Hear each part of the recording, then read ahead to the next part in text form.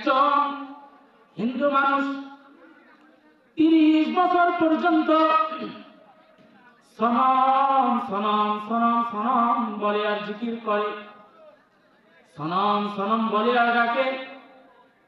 হঠাৎ করে 30 বছর পর একদিন তার জবান থেকে বাহির হয়ে গেছে সনম। আমার আল্লাহ ডাক দিয়া বল, হে বান্দা, 30 বছর পর্যন্ত সেই মূর্তিরে ডাকছো, আজ হঠাৎ করিয়া আমি মহান রব তোমার ভিতরে হেদায়েতের বাতি জ্বালাইলাম। এমন সুন্দর হেদায়েতের বাতি জ্বালানোর কারণে আমি আল্লাহ তাআলা তোমার জবান থেকে সনদ বাহির করে দিলাম। আল্লাহ তাআলা ওই হিন্দু ব্যক্তির জবান থেকে যখন সনদ বাহির করলেন, আল্লাহ তাআলা গায়বী আওয়াজ দিয়ে বলেন, হে বান্দা, কি বলবা বলো। আমি মহান রব তোমার দরবারে উপস্থিত হাজির হয়ে গেলাম।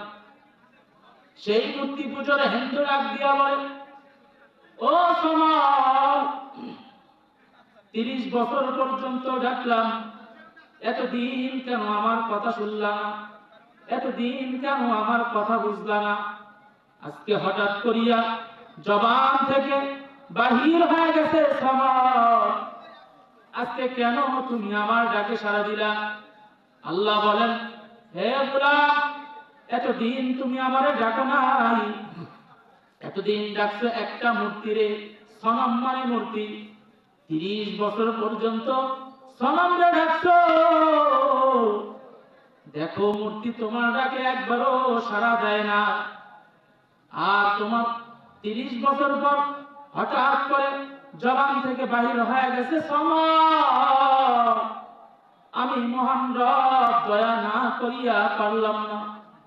আমি আল্লাহ তাআলা গায়বী আওয়াজ দিয়ে বললাম, হে বান্দা, কি বলবি বল। আমি মহান